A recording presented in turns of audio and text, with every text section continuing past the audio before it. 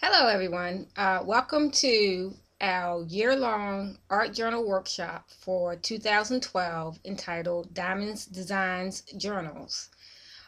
This edition of videos is to show you how to prepare your hardbound book that you will be using for your journal for this year's workshop. I want to tell you that this is not my method. This is a method that I learned from a woman by the name of Monica Zuniga, Zuniga. Her site is called Hands and Heart. This is Monica's method of preparing a book to be altered to use for a art journal.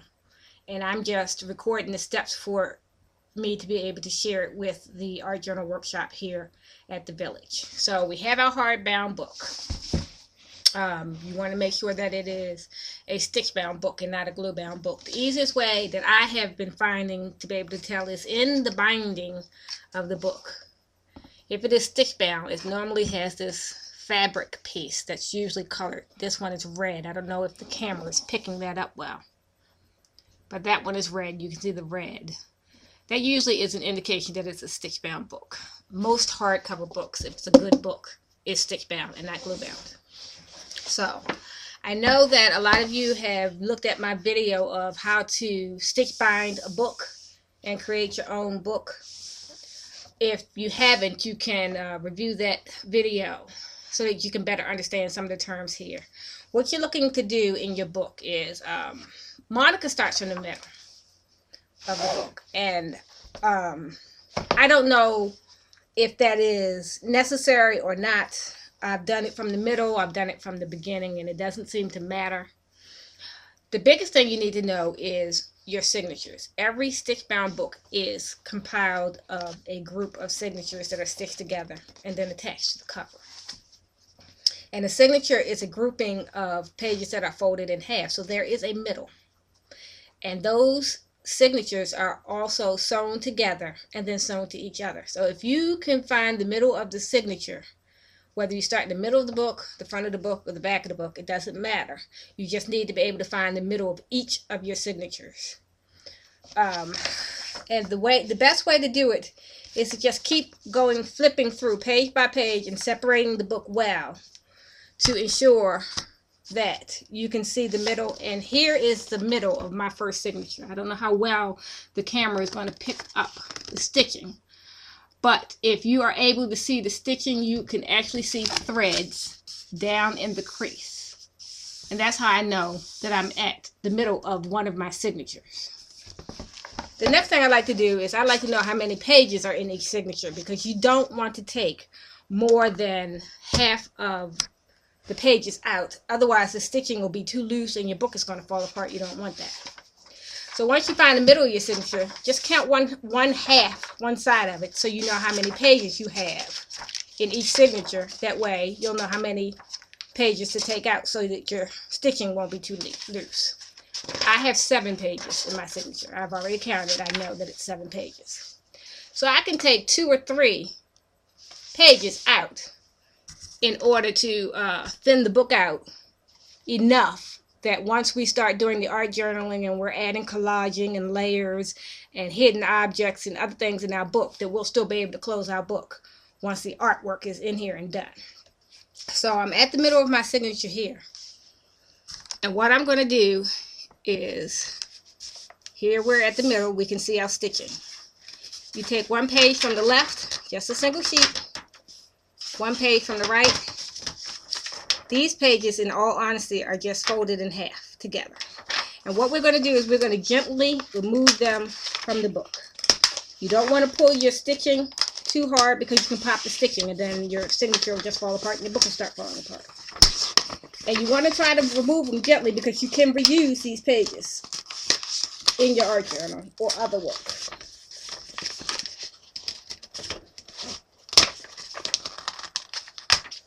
So see, I've completely removed 1 page. We just set that to the side, and like I said, I have 7 pages in each of my signatures. So I want to take out at least 2 pages or maybe 3. I think I'm going to do 3 to make sure the book is thin enough for all of the artwork that I have planned for it. And I also don't want to have too many pages left behind, because then sometimes folks get overwhelmed with all the journaling that means they end up having to do to complete the book. And you don't have to start with such a thick book like I've started with. You can choose a thinner book. I just happen to always find thicker books to use for my art journaling. So you continue through this process of removing the pages until you've gotten all the way to the end of the book. And then we go on to the next step. If there are little pieces left of paper in between your stitching, you want to remove those just so the book will lay nicely and they don't get in the way when you start doing your art. So I've taken 3 pages out of that signature. So now I'm going to just thumb through and find the middle of the next signature. And I'll remove 3 pages from that signature as well. Sometimes it's not easy to find the next signature, because if I'm counting right, I should have gotten to the middle of my next signature. Here it is, right here. If I count back 7 pages,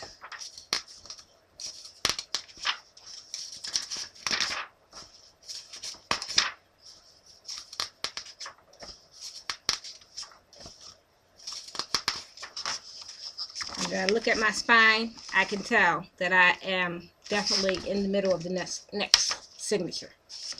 You look at your spine and you pull it up a little. You see how you can see that that's a stack of folded pages together, and you don't have 2 stacks of folded pages in your hand together. So now we're at the middle of this signature, and we'll go ahead and we'll remove 3 pages from this one. Again, being gentle on our stitches. We want our stitches to last. If you pull them too roughly, they'll pop. And you really don't want that happening.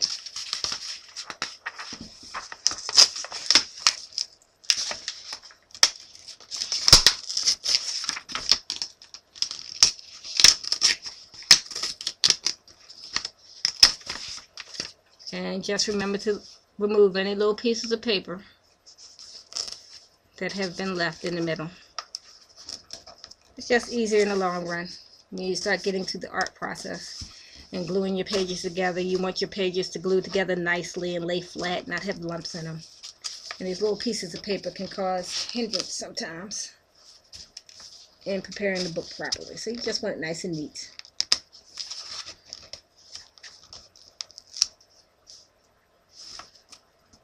Sometimes these little buggers are difficult to come out too.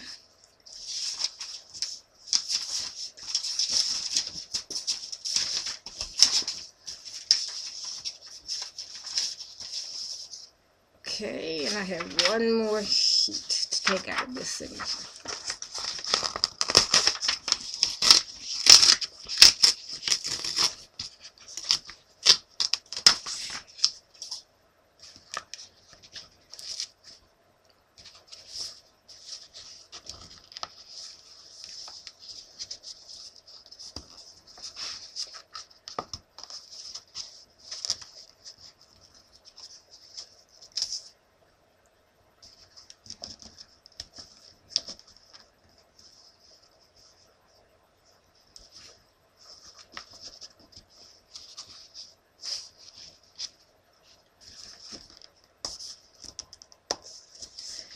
This little piece of paper just does not want to come out.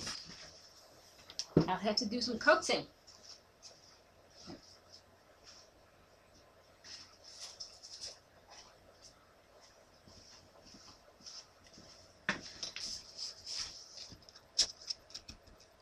Just be careful that you don't pop your stitches.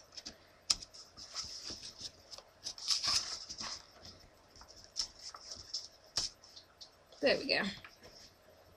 Okay, and so again, on to the next signature.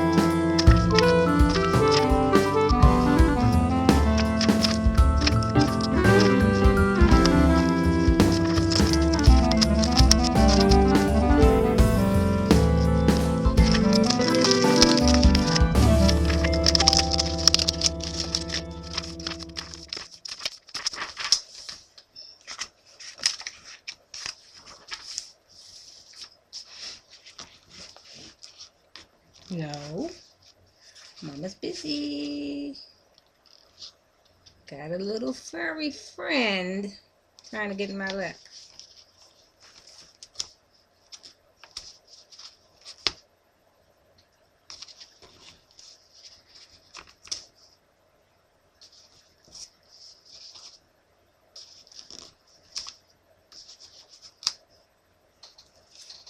folks, there you have it. We have thinned out our book. You can tell that it's been thinned out. One, you know you pulled out the pages, but you can see how the cover doesn't lay flush with the pages. But the book is still in strong, sturdy condition. Not going to fall apart.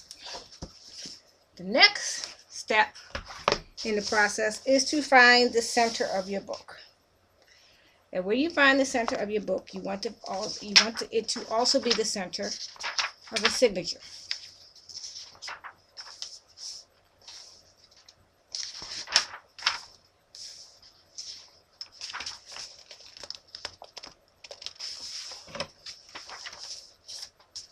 Okay. Here is what is my book center. Tilt the camera down. See how the book lays nice and flat. The next step in the process of getting your book prepared to be an art journal is to glue 2 pages together. That gives the pages strength, gives it some durability for the wet media that you're going to put on there. You're going to prepare your pages with gesso, which is a wet medium. We'll use acrylics and watercolors and pastes and sprays and all kinds of things that are liquid. So you want your pages to have strength. These pages are pretty decent weight paper. But if you think about the layers and layers and layers of wet media that will be put on these pages, it's really not strong enough for that.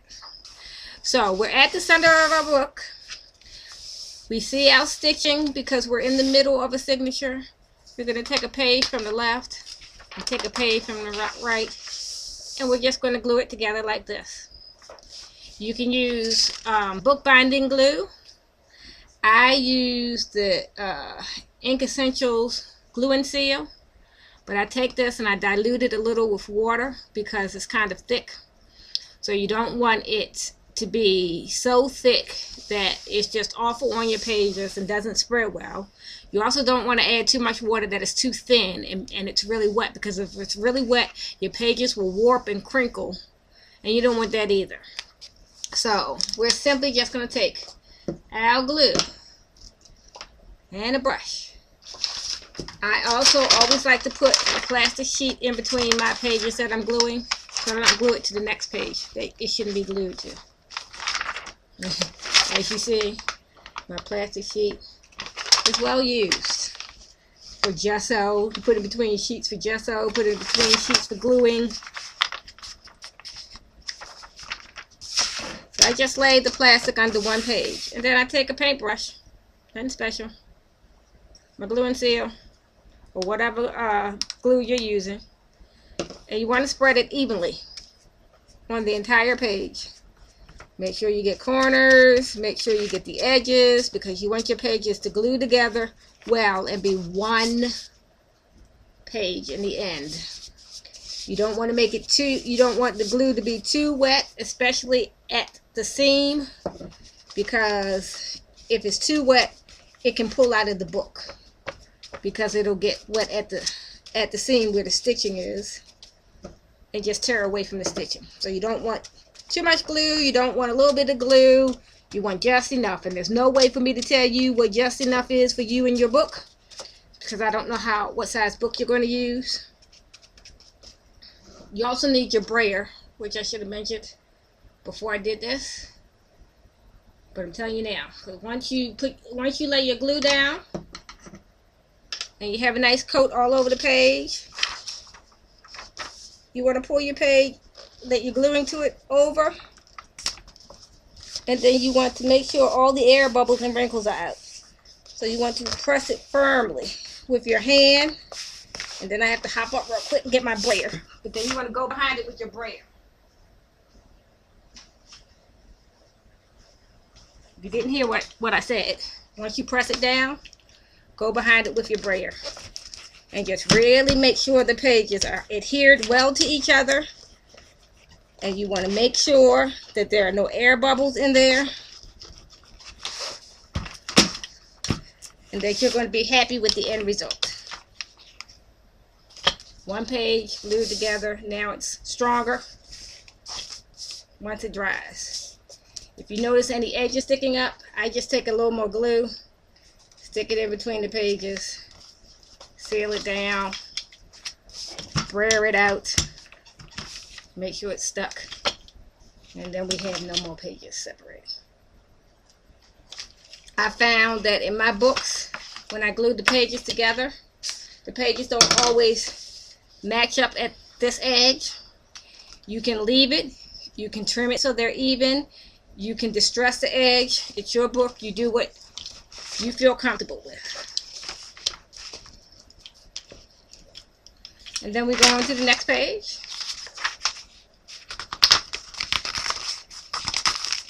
We're going to be gluing these two pages together. So you're going to take your plastic sheet, stick it under the second page, open the two pages up that you're gluing together.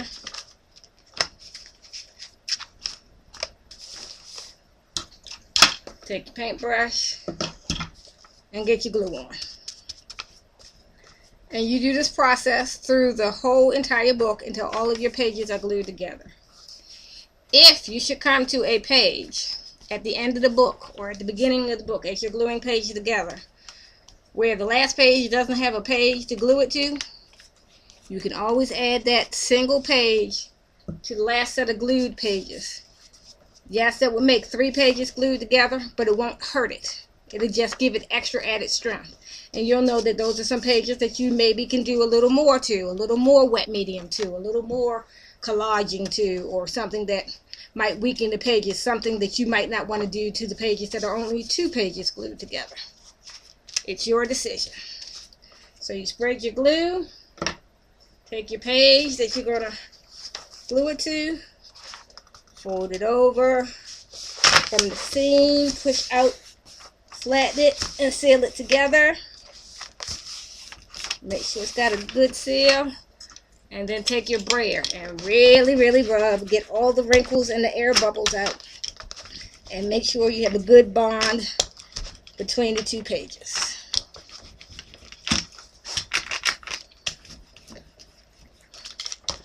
You continue gluing until you're through the entire book. And then what you want to do is sit your book underneath a stack of heavy books to let the glued pages dry. That process can take a day, 24 hours, overnight, or it can take a couple days. This book that I previously started preparing, got my pages already glued together. I'm actually starting to gesso my pages. This book took about 3 days for the pages to dry, all the glue, and some of the pages to this day are still damp. So you continue the process of gluing pages together all the way through the book, all the way through this half of the book where we started. Then once you finish that half, you can go back to your center point and then start gluing this half. Get all those pages glued together and then set your glued book underneath a stack of heavy books so that it can dry, the glue can dry, and that the pages will dry flat and uncrinkled. That's it. That's how we prepare our pages. The next step will be gesso, but you may not necessarily want gesso on your pages. You may not want gesso on all of your pages. It depends on what you have planned for those pages, what you're going to prep your pages with. But the next step for me is gesso because I cover the text. As you see, I don't cover it completely because sometimes you want to use some of the text in your artwork. But I lay a good layer of gesso down so that my acrylics and whatever other mediums I'm going to use will adhere nicely to the page. And I still have the advantage of using the text as a backdrop or a background if I want to. So I hope you guys enjoyed the video. Get your books out and let's start preparing them. January 1st will be here before we all know it. And we want to be ready so that we can get off to a good start for 2012 in our art journaling, Diamonds Designs journals for the year of 2012. Thank you for joining me for this preparation video, and I hope to see you in class.